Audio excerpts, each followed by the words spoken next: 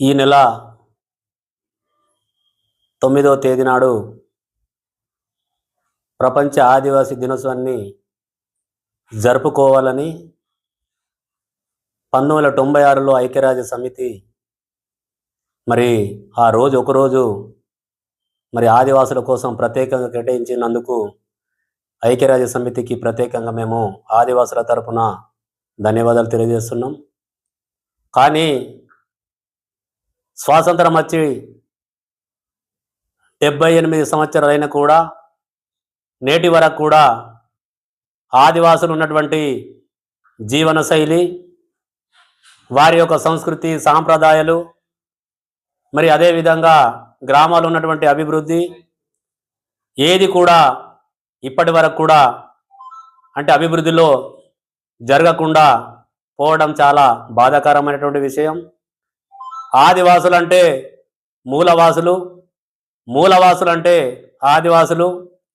మరి భారతదేశంలో ఉన్నటువంటి ఆదివాసులందరూ కూడా ఆ ఆదివాసులు అంటే అడవి, భూమి, నీళ్లు, నియామకాలు, నిధులు ఇవన్నీ కూడా ఈ ఆదివాసులకు చెందాలన్న సంకల్పంతో ఆనాడు ఐక్యరాజ్య సమితి ఏదైతే మా ఆదివాసుల పైన చట్టాలు తెచ్చి ఈ చట్టాలని ఇంప్లిమెంటేషన్ చేసి అభివృద్ధి చేయాలని, ఆ చట్టాల్లో భాగంగా పెచా చట్టం కానీ, 5th షెడ్యూల్ కానీ, 6th షెడ్యూల్ కానీ ఈ భూములకు సంబంధించిన విషయాలను కూడా అభివృద్ధి చేయాలని లక్ష్యంతో చేస్తే ఇప్పటి ఉన్నటువంటి పాలకులు ప్రభుత్వాలు ఇప్పటి వరకు కూడా డెవలప్మెంట్కు అభివృద్ధికి నోచుకోకుండా మమ్మల్ని అడవిలో నెట్టేసే ప్రయత్నాలు చేస్తున్నది.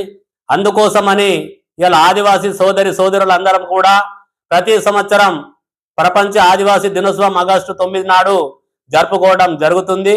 మరి అందుకని ఈసారి అయినా కూడా మరి కేంద్ర ప్రభుత్వం కానీ రాష్ట్ర ప్రభుత్వం కానీ ప్రతి బడ్జెట్లో కూడా ఆదివాసులకు ప్రత్యేకంగా కేటాయించి ఇలా నిధులు నియామకాలు అనే మీద ఇలా ప్రభుత్వాలు మాట్లాడుతున్నాయి కదా.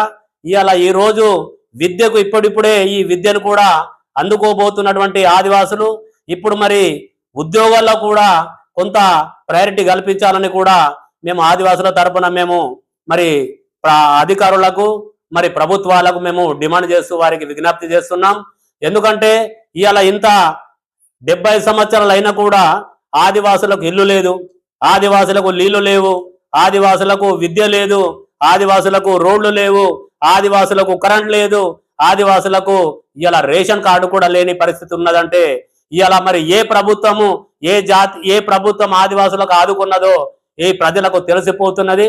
అందుకని ఇలా ఏ ఆదివాసులైనా కూడా మన 9 తెగల ఐక్యత ఏదైతే ఉన్నదో ఈ ఐక్యతలో భాగంగా మన అన్ని హక్కులను కూడా ఇలా మనము ప్రపంచ ఆదివాసీ దినోత్సవం రోజు అన్నిటినీ కూడా చర్చించాలి. మన సంస్కృతి సాంప్రదాయాల్ని కాపాడి రాబోయే తరాలకు కూడా అందించాలని నేను ఆదివాసీ కులం సేవ సంఘం తరపున మరి ఈ 9 తెగల మరి ప్రజలందరికీ కూడా మరి ఈ ఆదివాసీ అయితే పోడు భూములు ఉన్నాయో ఎక్కువ శాతం ఆదివాసులకు జరిగేది అటవీ హక్కుల చట్టం కింద పోడు భూములు. మొన్న కూడా అక్కడ ఏదో ఫారెస్ట్ అధికారులు మరి అక్కడ ఒక విలేజ్కి వెళ్ళినప్పుడు మొన్న మేము చూసాము. ఆ విలేజ్ లో మరి మనకు ఉన్నటువంటి ఆదివాసులను కొట్టడం తిట్టడం విచిత్రంగామైనటువంటి చేస్తే ఆ రోజు మరి మన ఖానాపూర్ ఉన్నటువంటి మరి శాసనసభ్యులు కూడా స్పందించి వారిని వెంటనే సస్పెండ్ చేయని కూడా సస్పెండ్ కూడా చేసిండ్రు. మరి అందుకని ఈ పోడు వ్యవస్థకు సంబంధించిన విషయంలో పోలీస్ స్టాప్ అనేది ఉండాలి.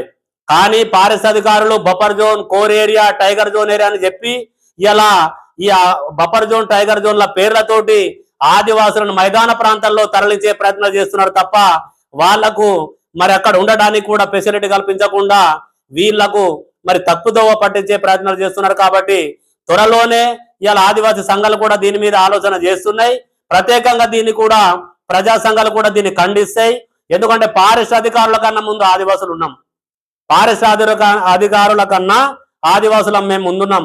ఆదివాసులు ఉన్న జాగాలని అడవి ఉన్నది, అడవి ఉన్న జాగాలనే ఆదివాసులు ఉన్నారు. కానీ వీళ్ళు మధ్యలో వచ్చేసి ఇది buffer zone area, core area అనుకుంటా ఆదివాసులను అక్కడ నుంచి నెట్టేసే ప్రయత్నాలు చేస్తే మాత్రం ఖబర్దార్. ఎందుకంటే ఈ విషయాన్ని కూడా ప్రపంచ ఆదివాసీ దినోత్సవం రోజు అందరూ కూడా దీన్ని మరి ప్రభుత్వాలకు డిమాండ్ చేయాలని కూడా నేను కులం సేవ సంఘం తరఫున మరి ప్రజలకు విజ్ఞప్తి చేస్తున్నాను.